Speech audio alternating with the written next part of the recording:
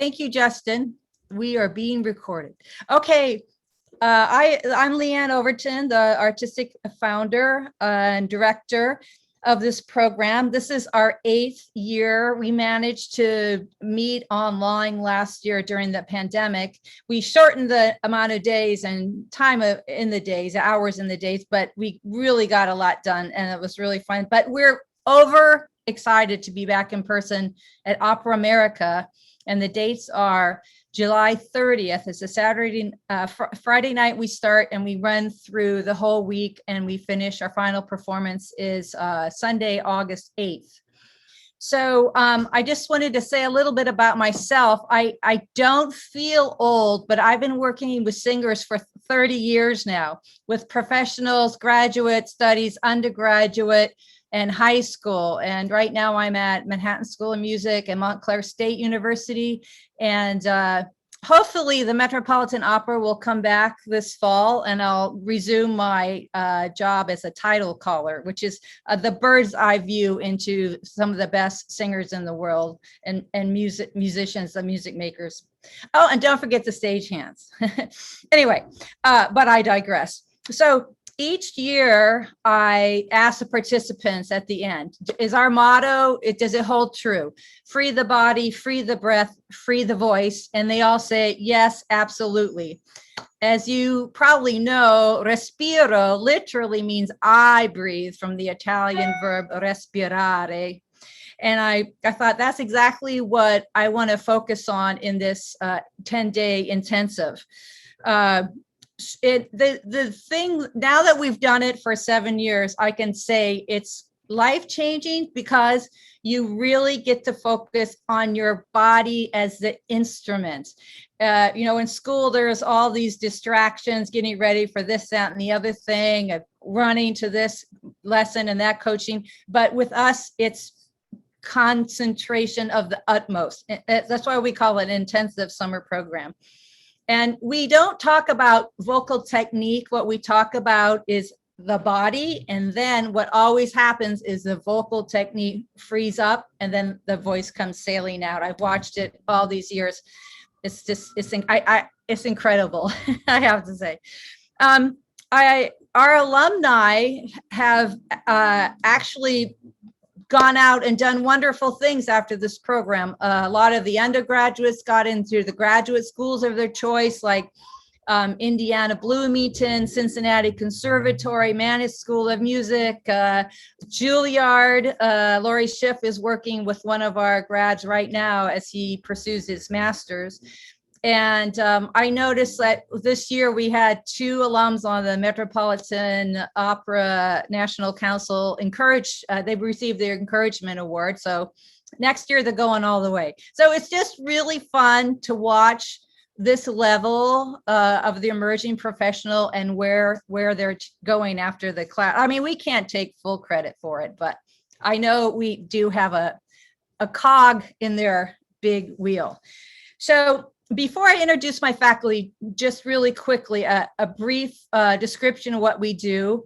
It's designed, the class is designed, the program is designed to keep going around and around in a circle. So we start with the introduction of body mapping, and then we have text study and historical setting. The next day, we introduce Alexander and a technique, and we start musical coachings. Then on Monday, we do small groups, body mapping, Alexander technique, and we start blocking in addition to musical coachings. And that goes around and around with the same material so that you really get to know the opera, the aria you're doing and the duet, and that you can pay attention to your bodies. It's not about learning music and volume that way. It's about concentrating on just these 2 pieces of music. Then we have a performance at the end that you can share with your friends and family. We also added some fun classes to augment the experience. We have an improv class.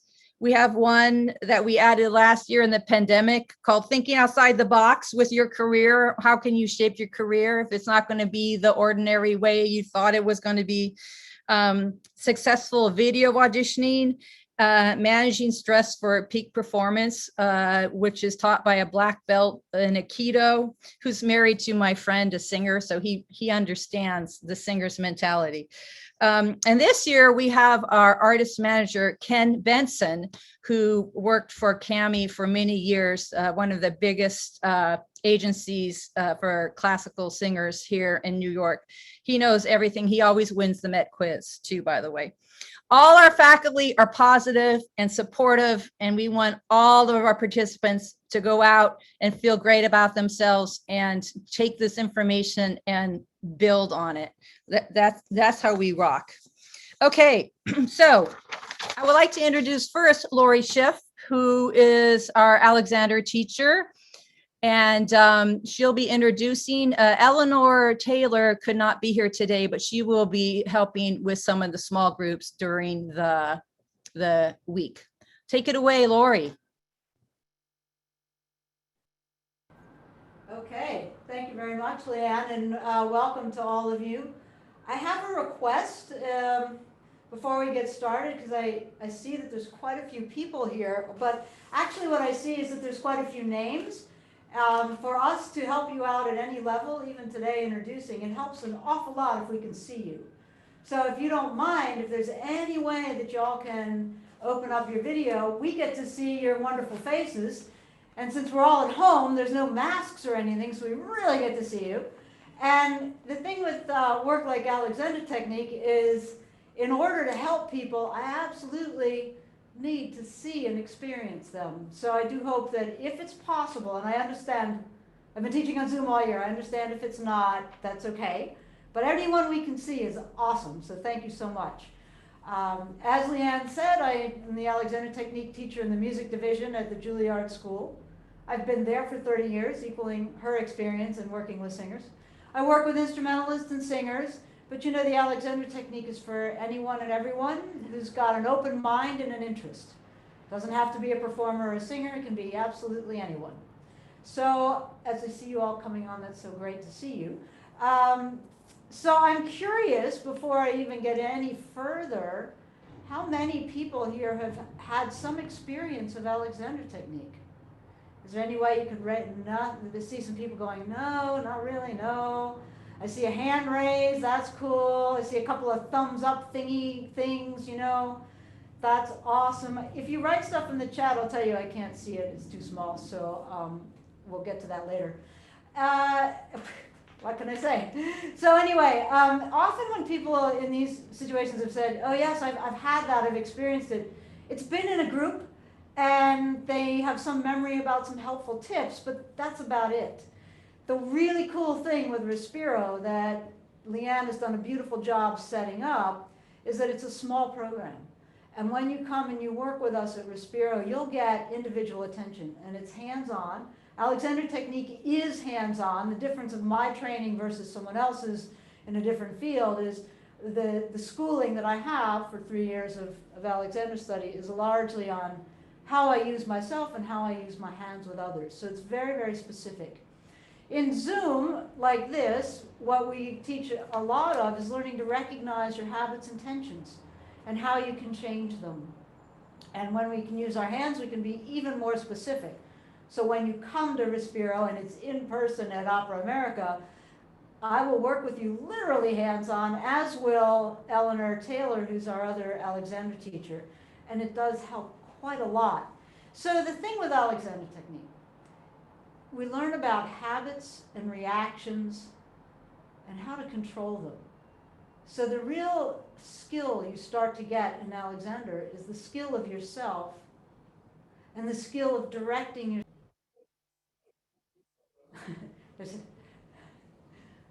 Okay, so we all have habits that we have in daily life and in singing and all the things that you do. If you happen to be a pianist, you probably have a few habits that go with that. And the very habits you have sitting here at a Zoom screen are quite real. Often we don't even recognize them, they just happen so much. Or you recognize after the fact.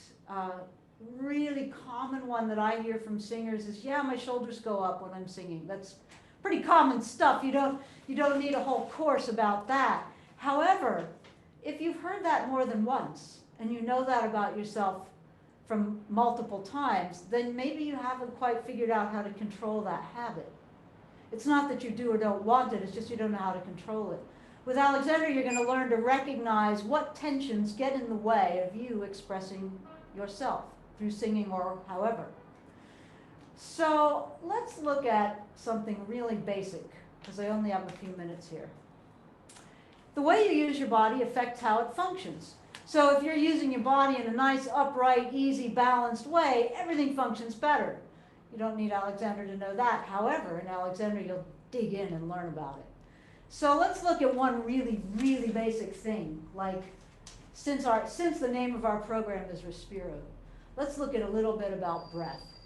So there you are sitting, mostly sitting in front of whatever your screen is. I'm going to ask you to make a very conscious choice about how you're sitting. And again, if you can flip on your video, it's really helpful.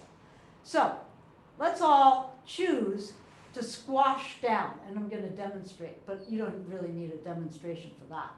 So that's a good old, plain old slumped squashing down. It might feel familiar, it might feel a little exaggerated, but when we're in this shape, we're using our body in a way that's particularly inefficient. It's particularly stressful on the neck, back, shoulders, and respiratory mechanism. And you'll know that, because check this out. You don't have to do anything perfect or right. So we're really slumped down? Okay. Gradually come up through your spine. I don't care how, as long as it's gradual and gentle. And as you come up through your spine, we're going to remember, or know, that the top of the spine goes right up to the level of your jaw joint, just about. Just about. Now, if you're sitting nice and tall and open, that's great. If you go too far, and you think, oh my goodness, I need to get more open in the chest and get my shoulders down, and then let's do this together. Consciously lift your chest and pull your shoulders down. Now this is equally horribly inefficient and terrible for your breathing. I'd recommend against not doing that. So let's let go of the shoulders and not sit up so terribly straight and come into an easier balance. Now we're going to go right back to that really exaggerated squashing down place. And we're going to look at it a little bit. Clearly, your singing teachers are not telling you now, listen, Francesca, just squash down and do that, and now you're going to sing. They're not telling, I know they don't tell you that. Yet we spend a lot of time during the day like this. If you're like this in front of your computer or your piano or your desk or whatever, you're teaching your body this action. You're teaching your body to accommodate breathing from this place. Then, when it's time to go sing and be glorious and all that stuff, to come up into full stature and to lengthen up becomes an endeavor. And it turns out it takes endurance. And so you might find that a bit fatiguing, and it might feel like a real effort. So if any of you have been in a singing lesson or a coaching and you're trying to stay up and you're finding that it feels like a real effort, there's a few things about that. You may be overdoing it. You may be approaching it with a less than accurate or balanced method. And you may not have a lot of endurance for staying up because you spend a lot of time not there. And if you spend, some of us have other side hustles, and maybe your side hustle is doing some work at computers, or maybe running conferences. And so, if that's your kind of side hustle, and you're like this all the time, and then you want to go sing, the whole act of singing is this athletic endeavor instead of, what if, while you're going through the rest of this particular class even, or the whole conference, you start asking yourself, what am I doing with myself as I'm sitting here? Am I lean back and slouching and hanging out like that? Am I trying to sit up really straight and getting a little bit stiff, a little bit uncomfortable? Am I leaning on my desk? Any of these variations, they're allowable, but they have an effect. Everything has an effect. Everything you do affects everything you do. So if you're kind of like that, it's going to affect, and after a while, you're probably going to go like that. And if you're like this, after a while, you're probably going to lean over like that, because everything has an effect. But if you take a conscious approach and you say, look, how about I try, just for now, to be conscious about how I use myself, my expressive self. And I try to get into a decent sitting situation, because that's where we're at. And you're on hopefully a real chair, not like a couch. I know laptops are meant to be on your lap, but it's better if it's on a table and you can sit on a chair. So if you're sitting on an actual chair, you have the possibility of sitting upright in a decent balance. What you can do is recognize your contact with the chair. I'll give you a couple of quick tips. If you are, let's do it together, a little slouched down, you've rocked back on your sit bones, in which case you're drawing your entire spine into compression. You're crunching down. Take a deep breath. Not working so well. Okay? Because you've crunched down in your whole body and you've crunched down on your ribs, how can any of that possibly function well? Rock a little tiny bit forward and sense your seat on the chair. Come up slowly, but give attention to the contact you have with the chair. Know what that feels like, that sensation of your sit bones on the chair. Now, if we go too far and do it, really like go up and arch your back, then what's happening is you're shortening your spine in the other direction. You're pinning down your ribs with tight back muscles, even though it feels like they're open, and you're coming off of your sit bones. So from sitting up too straight and arching back, let your sit bones drop a little tiny bit into the chair. You can regulate that. It's not all or nothing. You can loosen a little bit and a little bit. And when you come into a balance, if you're on a firm surface, a good chair, you'll feel kind of like you're standing, but you're on your sit bones. And then it's infinitely easier to sit upright in a good balance. So that you can judge that a bit from the bottom up. Now, the thing with Alexander technique is we're always talking about from the top down, meaning your head. Your head weighs 8 to 10 pounds. So this head thing, if it's off balance somehow, the rest of the body has to deal with it. That's fine. We're built to deal with it. But if we take this 8 or 10 pounds and we lean our 8 or 10 pound head in toward the screen, and we maybe lean on our chin, we're crunching our entire neck, and once again, the whole spine and the rib cage and your breathing mechanisms. You're teaching yourself to do this for hours a day. Now, if you come back up and you just go, oh gosh, that's not good, so I'm going to come back up, get on the sit bones. Your spine has an opportunity, a better opportunity to be in a good balance. Still got to work with it, but it's a much better opportunity. You allow your head to rest quietly on the top of your spine. You're not trying to stretch your neck or hold a position, but rather live in a good balance. That means you can move your head. When you sing, you move your head. When you act on stage, you better be able to move. So we're not at all talking about a position. We're talking about a nice condition of balance where the weight of the head on top of the spine has an influence. You just need to check in. So again, how about this? We all have a screen in front of us. Lean into it. Lead with your chin. Put your right hand on the back of your neck. You'll feel your cervical spine, your neck, all crunched. By the way, if you look at everyone in there, we look kind of funny. Okay, so now lean, it's true, me too. So lean back just a bit, lengthen up, leave your hand there. And you're going to feel all those neck vertebrae kind of decompress. You can take a hand out. This is not perfect, but that's okay. It's a heck of a lot better than the other way, all compressed. So what you start to do with Alexander work is get conscious of how you are using yourself. And the parameters there are when you're most open and at ease in any position. You could be crawling across the stage singing. You could be looking up at the balcony in one of those scenes, you know, where you're looking up. You could be on the ladder on the balcony going, oh my God.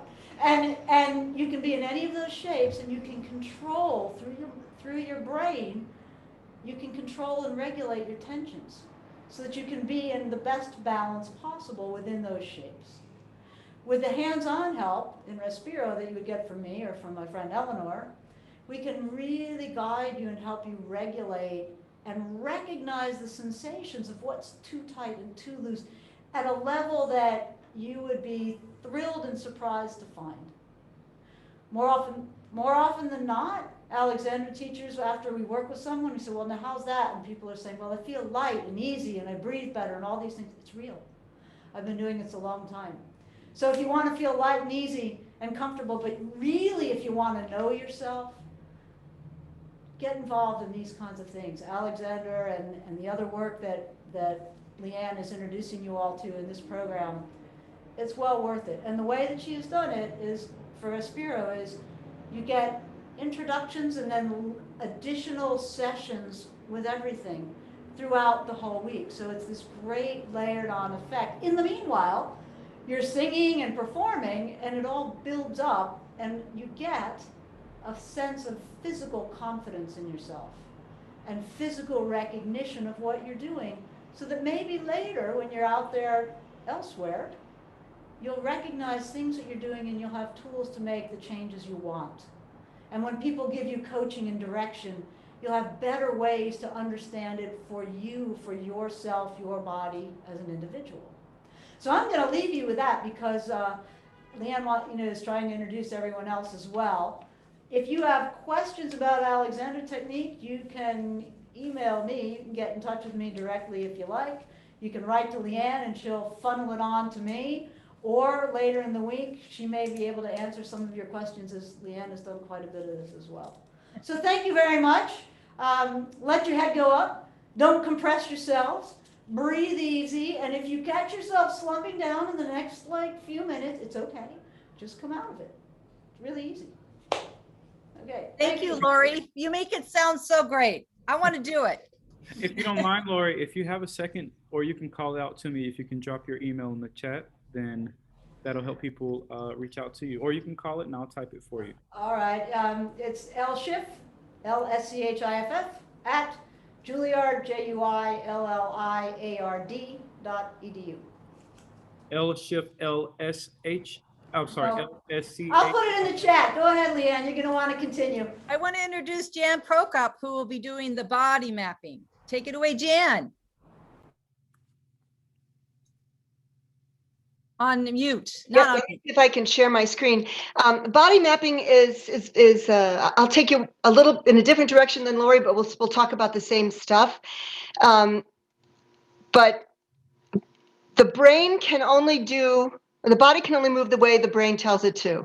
And a lot of times the maps in the brain are a little bit off. So I just want to let everybody know a little bit about body mapping because it's the newest kid on the block. Body mapping is a movement re-education for musicians. It provides musicians with anatomical information and biomechanical information that we need to develop body awareness when we play and sing. And for us, it's when we sing.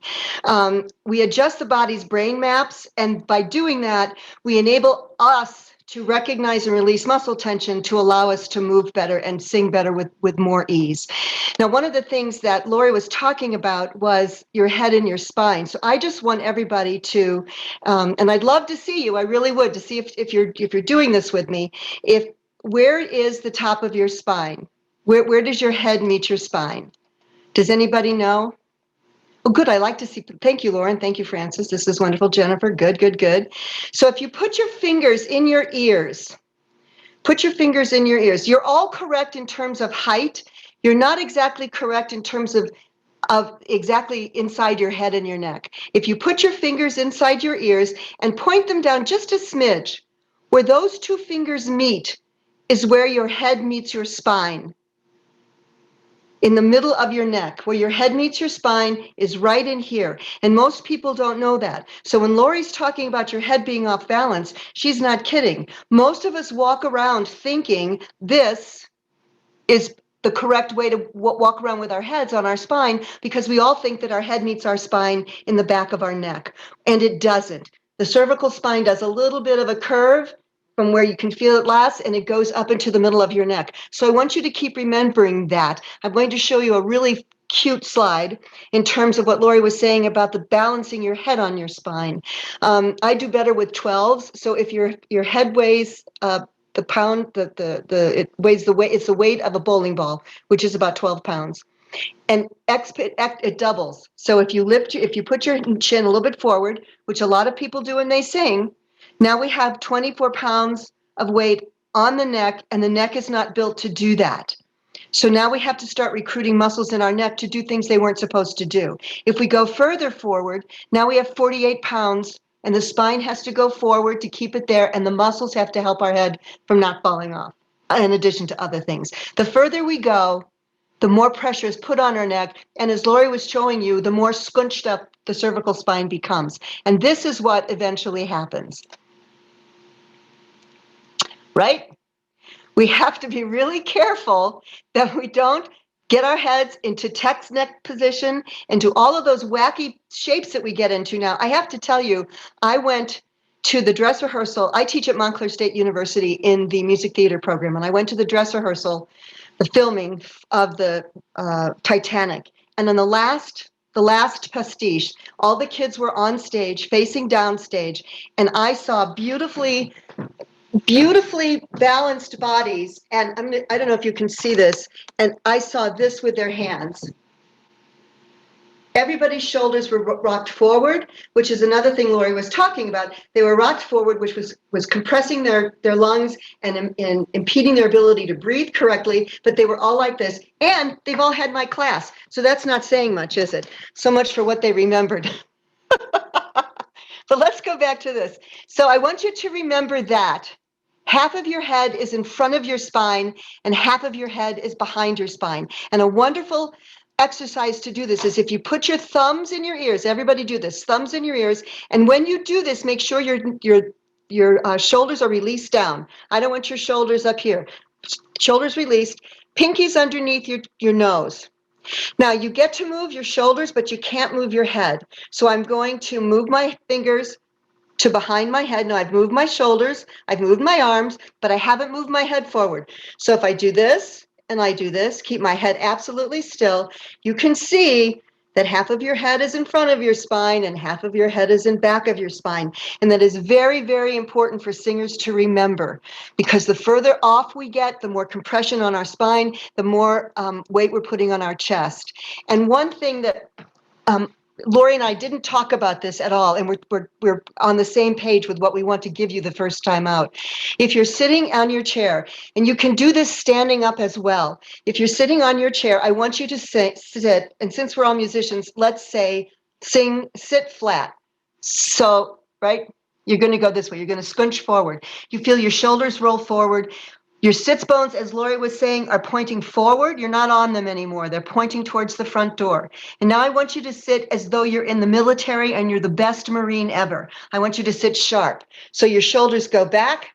If you were standing up and you did this position, your knees would probably lock. There's a good chance that they'd lock. So body mapping is about making you aware of all these things that are going on when you get into these positions. So we're in sharp land. Let's go back to flat land and breathe as you're doing this and start to pay attention to how your breathing is affected by the two different positions you go into. So sharp, and then let's go back to flat and pay attention to where your sits bones are, and sharp and flat and sharp, and now find in tune. And for me, in tune was always, I thought that I was not anywhere near in tune when I would be in tune. When I could feel my sits bones, the pressure started to release in the small of my back, because too often I thought that I was in military land and my bum was pointing backwards, and I had banana back, as we call it in dance land. So I had a lot of banana back and I had a lot of pressure on my lumbar area of my spine. But once I started to play around with this, I realized that I had the wrong information. My brain had the wrong information that it was telling the rest of my body, and I had to correct that map. I had to correct the map in my brain so that my brain could tell my body the correct thing to do. So that's one of the things we really work on a lot in Respiro, is helping you find balance. And as Lori said, we're always going to move around. We don't want you ever to stand straight and tall like a statue, because all that does is make muscles start to grab as well if you're trying to stand motionless. So what we want to do is we want you to find neutral for yourself, and be able to get back to neutral for yourself. Because directors are going to make you stand on your head and skip around and do all sorts of strange things, and you know it and I know it, but you have to be able to find neutral for yourself so you can get back to balance, regroup, and then go on and do the next cockamamie thing they're going to ask you to do. Because you can't say no, we know that, right? So this is all about Alexander and body mapping and Feldenkrais and yoga. It's all about helping you find the best balance and alignment for yourself. Now, I want to talk just a little teeny weeny bit about breathing, since we're all about breathing. Where are your lungs? Where are your lungs? Are they behind your boobs? Are they around your belly button? Where are your lungs? It's not a trick question, but a lot of people don't know the answer to this. And the answer to this is your lungs are behind your boobs. They're behind your boobs, and the top of your lung goes above your collarbone.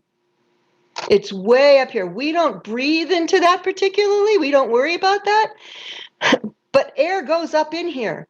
So that's going to start to change the way you think about breathing. Right? When we were little kids, and the choir directors, and I don't blame them one bit for saying this, breathe into your belly, breathe into your belly. Well, air can't go into your belly. I won't tell you what would happen if it did, but some unpleasant social things would probably start to happen. But nonetheless, I want you to start to think about the fact that these lungs are up, they're way up here. They're not in your abdominal area. And the other thing I want to show you a couple of other things, but keep thinking about the fact that the lungs are encased in the rib cage. What else, Jennifer, I can see you. What else is in the rib cage besides the lungs? Your heart? Bingo, she wins. You get the lottery ticket. Yes, some people don't know that, and they look at me like, no, it's easy. It's from high school biology. You'll remember this.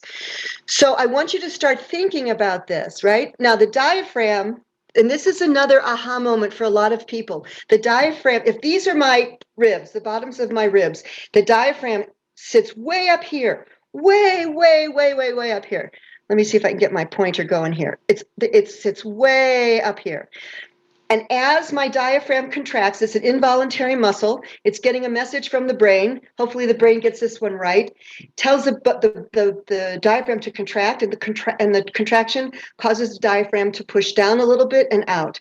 And when that happens, the ribs move up and out because there's muscles in between the ribs that contract as well. So we have the intercostal muscles contracting, the diaphragm contracting, and the rib cage opens and air comes in. So my question to you is, does the air come in and cause that to happen, the diaphragm to descend and the intercostals and the ribs to open? Or does the diaphragm descend, the intercostals do their thing, and the air drop in? Which do you think it is from your own experience? Are you intaking the air, which is causing the ribs to open, or are you opening the ribs, which is causing the air to come in? Which do you think? Lauren, Ms. Boyle, what do you think? I think that the intaking of the air would come first. See, everybody thinks that, but it's not true. Isn't that astonishing? So when you come to Respiro, we try to give you information so that starts to make sense to you. So what happens is the brain sends a signal to the diaphragm, and the diaphragm says, okay, you need air, I got it. And it descends ever so slightly. And once that happens, at the same moment, the intercostals in between the ribs contract, and they cause the rib cage to move up and out. So you've got this wonderful synergistic thing going on. The lungs, get this is mind-blowing. The lungs are glued, remember from biology, glued to the inside of your rib cage by the pleural sac. And as the ribs start to open up, so do the lungs. They go for a ride with the rib cage, and as this opens up, a vacuum is created ever so quickly, and in rushes the air. So this happens, the air rushes in. Isn't it's so, I don't know that it changes how I sing, but it's a different sensation when you think about you're initiating this phenomenon by this activity, right? The other thing, here's a little aside. So let me show you this. This is just tray cool. So this is what your lungs look like in situ, right? There's more lung real estate in the back than in the front. Can you see? Here's where the heart is. More lung real estate in the back than the front. And that's why your teachers are always asking you to think about your back when you inhale. And one real quick exercise we can do, and Leanne, cut me off when I'm getting close here. One exercise, since you're all sitting down, I want you to lean forward and put your forearms on your thighs. Really get down there. Let me see if you can see me. So you're going to come down like this, drop your head, and as you inhale, take a nice yawn breath, like you're really yawning. And pay attention to what's happening to your back, right? It's moving. You can feel your rib cage move down into your thighs. That's beautiful. We know that happens. But I want you to start paying attention now to the fact that your rib cage in the back is going to open up. And there's a lot of room for air in there. And when you're singing those Bach arias, and Bach thought we were violins, he didn't give us any place to breathe. Him and Handel and Vivaldi and Telemann, bless their little hearts, there's no place to breathe. So we really need to get all that air in there and fill all those little holes and nicks and crannies so that we can learn how to exhale in a controlled manner. But we'll do that at Respiro. We don't have time to do that today. But I love raisins. But I would love for you to learn to learn how to start to pay attention to your back, getting involved in this activity. One quick thing, one more. I got to move you over here so I can get my slide. This is how the diaphragm sits in your body. It's connected all the way around the bottom of the rib cage, and it sits up there. It's domed. So when it comes down, it doesn't come down very far. It doesn't descend very far, but it's enough to get 2 liters of air in there. It's just really quite a phenomenon. So what sits in here? Amani, do you know what sits inside here in this dome? Do you have any idea? I didn't, so if you don't know, that's cool. Yes, no? Illyria, do you know? What do you think? Oh, she's being shy. Your stomach and your liver fit up in there, and they're smushy. So when you inhale, that's why your abdominal area pooches out. It's being pushed out ever so gently by your diaphragm, your liver, your stomach. What else is in this area down here? Does anybody know? Francis, what do you think? Oh, good. She raised her hand. The raisin lady. Thank you, the raisin lady. Just below that are your intestines. And what else? Your bladder. What else? Other guts. Other guts, your spleen, your liver, your appendix, you name it, gallbladder, it's all there. All the mushy edible organs are in here. And so as the diaphragm comes down, it smushes them out of the way a little bit. So the breath is not initiated. Okay, I'm finishing. The breath is not initiated by your stomach muscles. It's not initiated by sucking in the air. It's initiated by the brain sending a signal to the diaphragm to start the whole program so you can get air in. So practice breathing into your backs. That would be wonderful. Start thinking about how big these lungs are. Start thinking about what's moving as you're, that's what Lori wants you to do too. Start thinking about what's moving, paying attention. And before Leanne cuts me off and takes the hook and gets me out of here, I want you also to think about when you're standing and even when you're at your computer, where are your feet? We always talk, Alexander, Lori and I always talk about head and balancing on spine, but your 2 teeny weeny itsy bitsy little feet are holding up the whole show. The whole show, and they inform a lot of stuff that happens all the way up. So we're going to talk about feet. We're going to talk about everything. But I hope to see some of you in August. It's a fabulous program, and as Leanne said, everybody who comes through this program in 10 days, we can't believe, and we've seen it for 7 years now. We can't believe what happens to the singers. It's intense as same songs. You don't do anything else but your 2 songs. You really work on them. We beat you up with body mapping and Alexander and yoga and Akito. We've got everything coming at you because we want you to be aware of your bodies. And if there's no breath, let me leave you with this, there ain't no sound. Got it? Love you. Bye. Thank you, Jan. Thank you. You're Jan. welcome. You got a lot of information in 15 minutes. I talk fast. You do. So now Barbara Fusco, where are you? Barbara Fusco does our yoga and she's our spiritual guru. Take it away, Barbara. Are you on mute? I think, Barbara? There we go. Sorry. Okay. Wonderful to see all of you here. And the wonderful thing about Respiro is how it takes all of these disciplines and puts them together for the singer.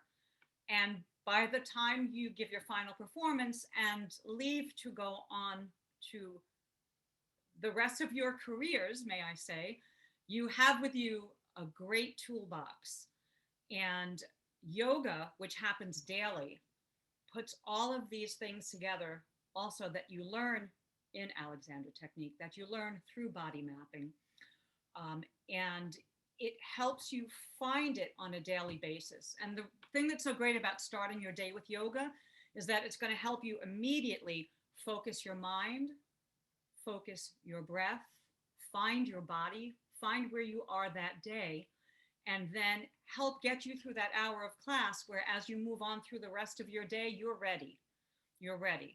And one of the big things that I talk about in yoga, which I want to bring to your attention now, because I want, as you're all sitting here, check in on your tongue and your jaw.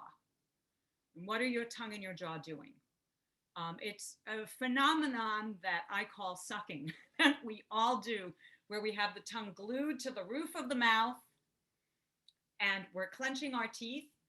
And as we go through the day, we don't even realize we're doing it. And what that does is that conditions those muscles to all squeeze and pull together, where when we're singing, the exact opposite has to happen, where the tongue needs to be released to articulate. The jaw does less than we could ever imagine in language, but we are conditioning everything to grab. So through yoga and all of these other disciplines, you will be reminded and you will be shown ways to start to think about what your body is doing and what it needs to be doing, and hopefully giving you ideas and tools to change that so that when you leave, you are a freer singer. So it also, as in Alexander and body mapping, teaches you alignment.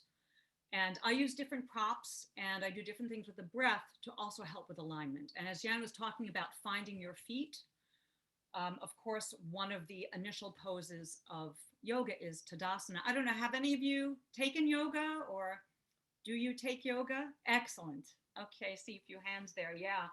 So finding your feet is a really important thing because we build from the floor up.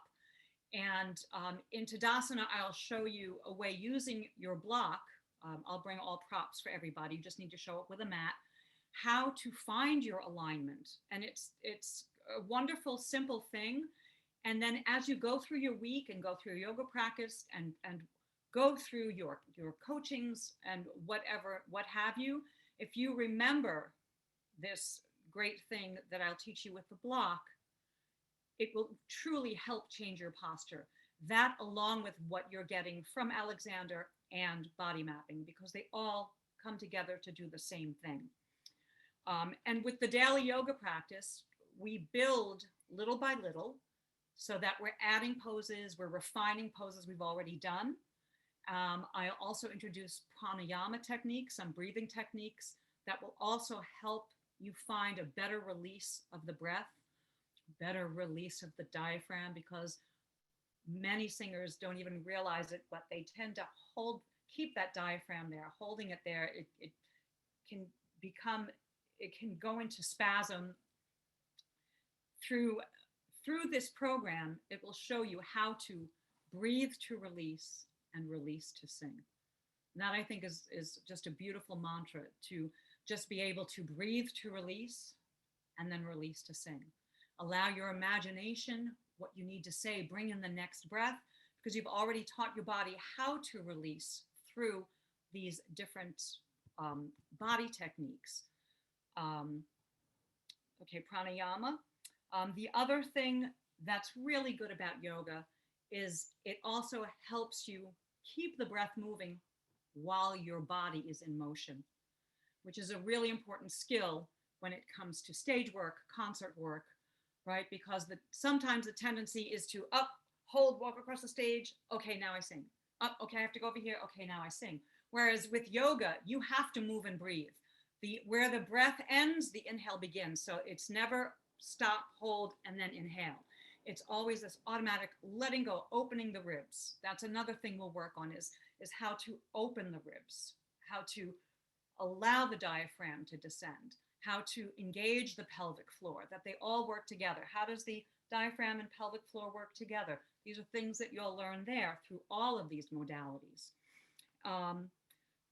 I talked about awareness, the ability also to connect with your inner self through meditation, through guided meditation. I do a guided meditation near the end of the program, and it really helps you look inside, which helps you, knowing yourself, become a better performer, because then you also have your own personal tools that you can reach in and pull out to help you present your piece, to help you tell your story, if you will, which is really, really important, right? The telling is so, so important. And of course, the program does also address that. Absolutely. Okay, so now I don't know how am I doing time-wise? Okay, so just really quickly, I want to just give you two pranayamas, two breathing techniques that I do use in the yoga class. One of them builds fire, it creates heat, it warms up the body. And the other one cools the body down, and it's also an excellent breathing technique for calming your nerves before an audition, before you have to record. So the first one, my dogs are now chiming in, you might hear them in the background. The first one is called Kapalabhati Breath, Kundalini breath of fire. And what this breath deals with, it teaches you an automatic release where the air comes in automatically, which is what Jan was also talking about, because that's what we do. We don't could you imagine if we had to think about our breathing? We would all probably not be here anymore. If we had to depend on our own brains to say, okay, breathe now, exhale, we'd get nothing else done. But anyway, what this does is it teaches the automatic inhale. And it involves, this is where I wish I might have to stand to show you this. It involves really the lower part of your body, so that the upper part of your body, your ribs, everything here will remain as they are. And you might need to, if you have a tissue nearby or a napkin, to clear your nose. I know you just lost my head, but here I am. I'll do it in the chair. But you want to first make sure that your nose is clear, because it requires breathing through the nose. So what Kundalini breath of fire is, it's a strong exhale. And I want you to think of belly button to spine. So the belly button goes in and slightly up. And it's not like holding in your stomach, it's actually exhaling your air. And when you do that, you need to be mindful that you keep the spine lengthened, so that you're not compressing the front of your spine, right? So that as you're doing this, you're keeping your alignment. You're feeling, if you're sitting, you're feeling your sits bones underneath you. You're feeling as if they are your feet supported. So it's a sharp exhale, and then you just let go, allowing the muscles to release, and the air comes in automatically. So let's just try 3 of those. So what you're going to do is you're going to place your hands, your thumbs are going to come together. Actually, your thumb and your pinky will come together at the belly button.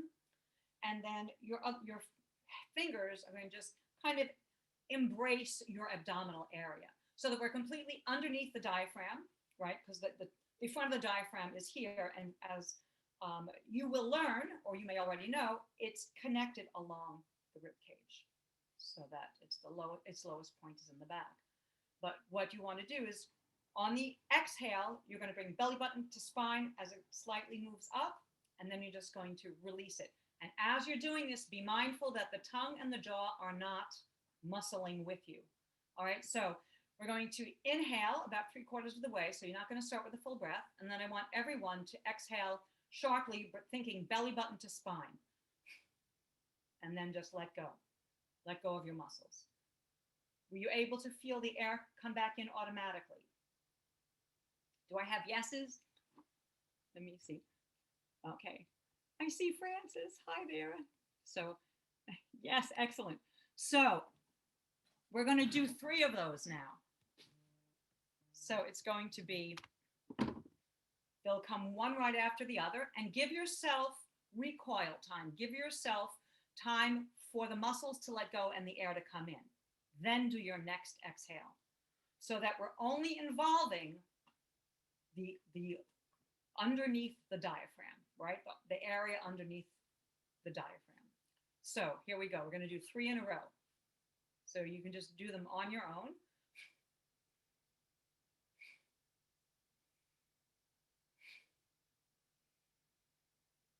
All right, now I want you to do the same thing through your nose, but now to make sure that the jaw and the tongue are not involved, I want you to do it with your mouth slightly open. So that we're going to breathe through the nose, but release the jaw, release the tongue. It doesn't have to be open wide, just let it fall down. And here we go. Let's try that one more time.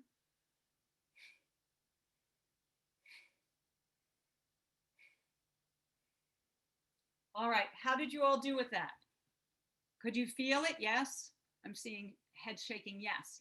So eventually, this is done in Kundalini yoga. They also do it in yoga poses, which I think is the coolest thing, where you'll hold a yoga pose and you'll actually have to do that breath for 3 minutes. So yeah, but in class, we'll build it up. Not that I'm going to have you do it for 3 minutes, but it will at least teach you how it feels to actually let the air come in instead of sucking it in yourselves, right? So that's the other breathing technique I want to teach you is opposite nostril breath, Nadi Shashani. So what you're going to do is you're going to take your right hand, you're going to place your index and middle finger right between your eyebrows. And we're going to use our nose to close off the right nostril and the ring and pinky finger to close off the left. So you're going to close off your left nostril and you're going to inhale through the right.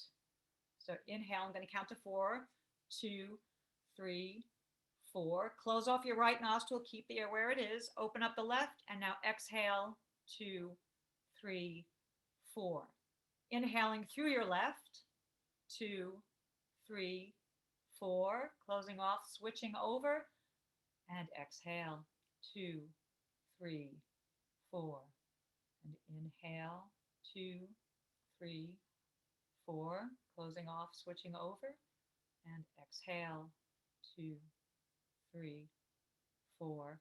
Switching. Inhale through the left, 2, 3, 4, and then switching over and exhale, 2, 3, 4. Good. Give me 2 more rounds like that. And as you're breathing in, breathe in slowly. Don't fill all the way to capacity because we don't want to feel the breath come all the way up here, right? We want to make sure that there's always room.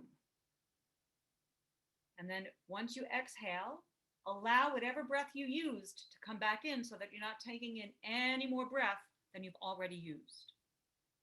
So now do 2 more rounds thinking that whatever you exhale is all that you're going to bring back in.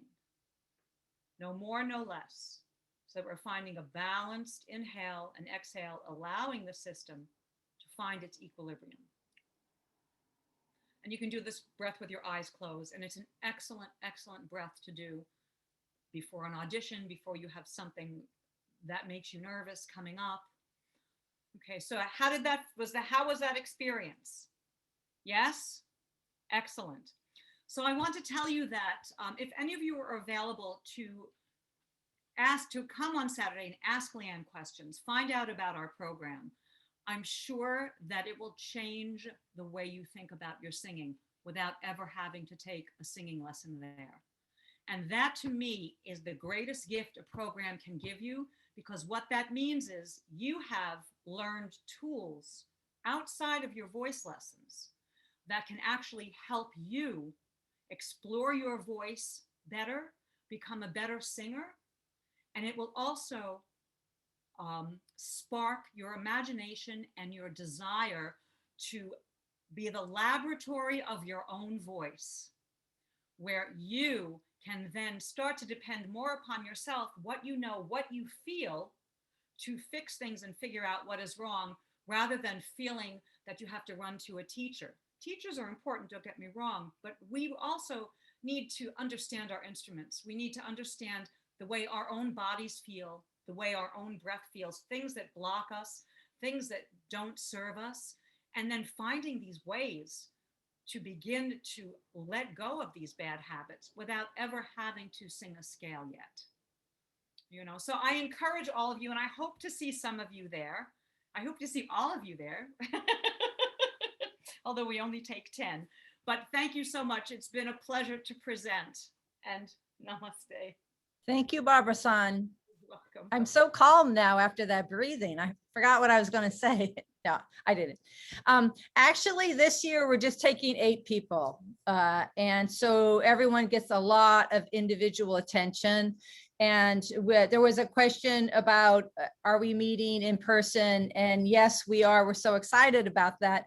And we will follow Opera America's protocol about what they deem is right. And I really would like to ask that everyone is vaccinated, just so we can protect you and protect ourselves, the faculty. So the applications are due on July 1st, and 2 arias of contrasting nature, and with as much of your body as you can get in as possible. And then tuition is $1,900. There will be some merit scholarship available. And then when you're accepted, we ask for a half deposit, and that's non-refundable. We will have some master classes, I think, online, so we can meet ahead of time. Someone was asking about, do you have to be in person? I think I could offer you the master classes when we have them, the special ones, but it's all about being together and really working one-on-one with all this faculty for coachings and for the body work. So if that answers your question that you didn't pose yet, I'm telling you. No. So on Saturday, we have the breakout room. It's 3 to 7. So I'll be there. I have no Memorial Day plans other than Respiro. I will be breathing here in my apartment. No. So let me know if you have questions. We can answer that. I saw Roger Malouf. He was here earlier. He's our senior coach. I think he's left.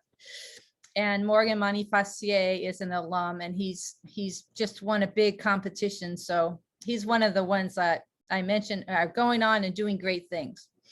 So unless you have any questions now, I thank you all for joining us, and I hope you enjoy the rest of the conference. Thank you, everybody. Bye.